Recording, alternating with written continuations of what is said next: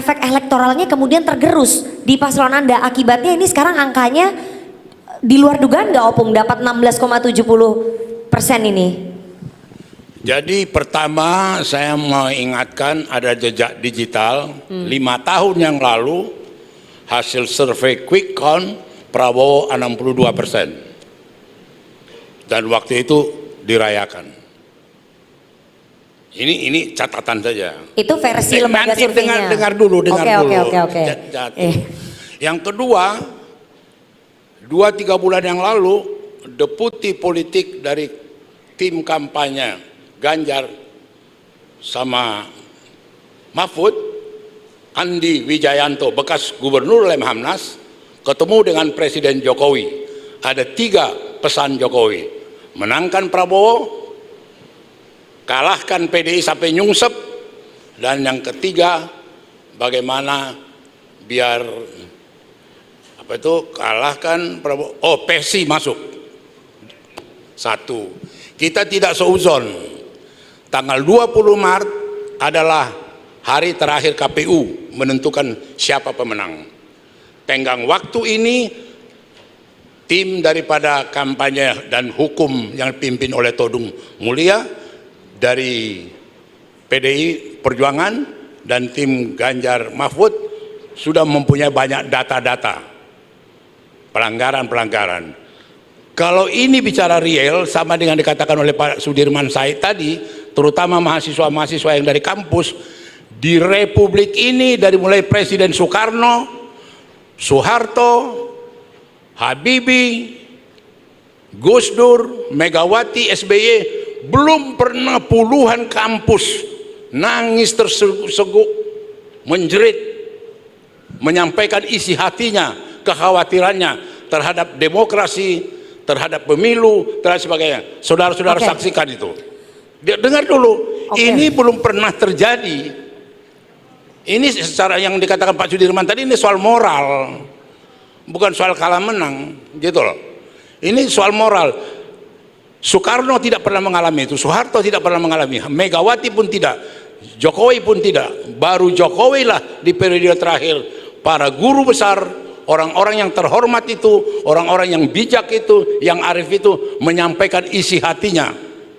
Baik. Gitu loh. Ini tidak bisa diabaikan saatnya. Nah, kemudian juga harus juga menjadi satu juga catatan bahwa dalam pemilu ini hal-hal yang terjadi sebenarnya pengalaman kami ya, PD Perjuangan, kita bukan menghadapi kekuatan dari partai pendukung yang mendukung Prabowo Gibran, kita berhadapan dengan aparat, kita berhadapan dengan bansos, gitu loh.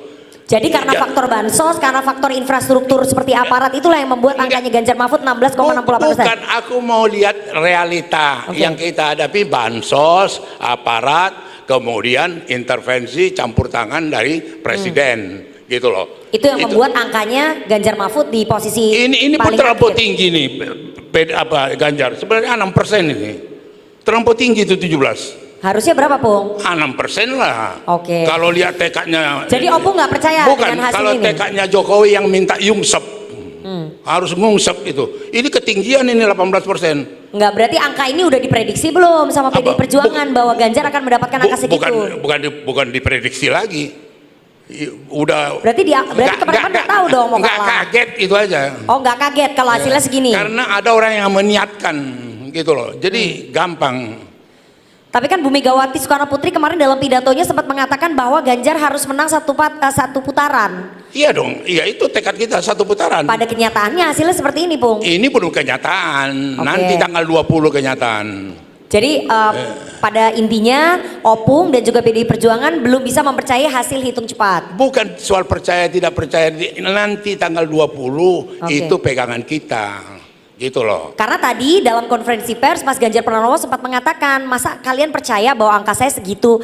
Berarti kan ada ketidakpercayaan terhadap hasil hitung cepat dengan perolehan suaranya Ganjar Mahfud. Udah kau jawab.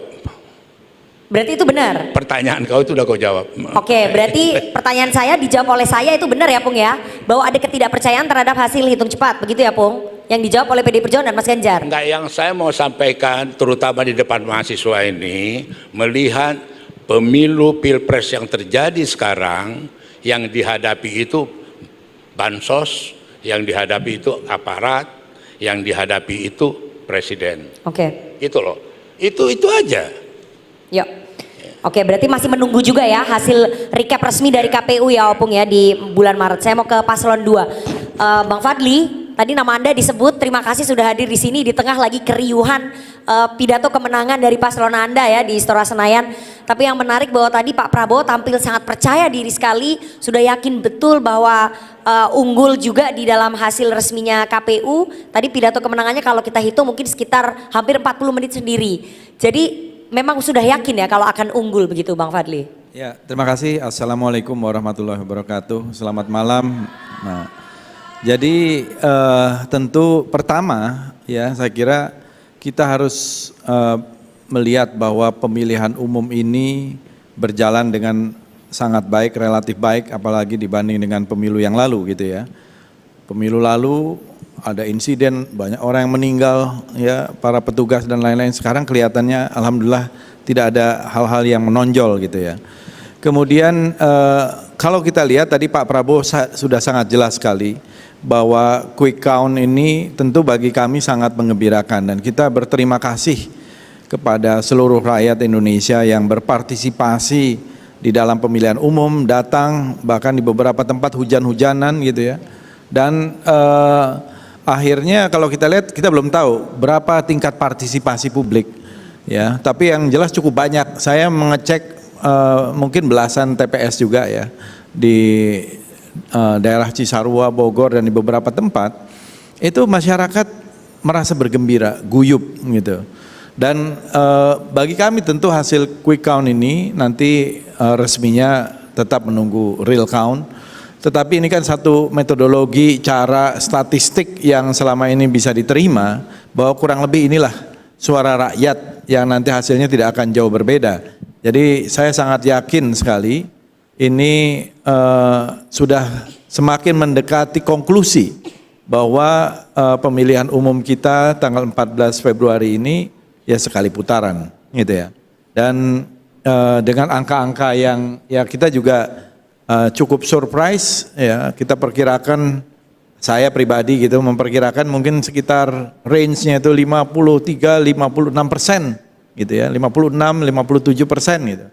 Ini bisa ada yang 57-59%. Tetapi kita cek dari hasil di TPS-TPS saja, kan kita sekarang bisa mudah memantaunya. Ada yang namanya C hasil dan lebih cepat juga menghitungnya. Dan saya kira sulit untuk melakukan manipulasi ya, terutama di TPS itu sulit. Karena semua orang ada saksinya, setiap paslon ada saksinya, ada relawannya, ada segala macam. Jadi akan sulit untuk melakukan kecurangan. Mungkin ada saja 1-2 oknum dan lain-lain yang melakukan itu, bukan hanya ya dilakukan oleh salah satu pihak, mungkin oleh hampir semua pihak juga gitu ya. Oke, tapi tadi disampaikan juga ya oleh Opung bahwa ada kekuatan bansos dan juga kekuatan infrastruktur yang membantu pemenangan salah satu paslon. Itu pasti dialamatkan ke paslon Anda karena saat ini yang bertarung adalah anaknya Pak Jokowi, di mana infrastruktur adalah di bawah. Menteri sosialnya itu dari PDI Perjuangan, ya. Menteri sosialnya dari PDI bansos Perjuangan. Lewat Menteri Sosial, lewat Badan Pangan Nasional dan juga Bulog. Iya, kalau infrastruktur juga dari mungkin simpatisan juga, mungkin saya tidak tahu dengan simpatisan adanya mana. tuduhan itu bahwa paslon Jadi Anda unggul maksud karena saya faktor begini, itu. paslon 1, 2, 3 semua ini bagian dari koalisi pemerintah. Di tempatnya Sudirman Said partainya masih bagian dari pemerintah. Di 02 bagian pemerintah, 03 bagian, di mana oposisinya? Ini masih koalisinya pemerintahan kabinetnya Pak Jokowi. Pak Jokowinya juga tidak turun untuk kampanye.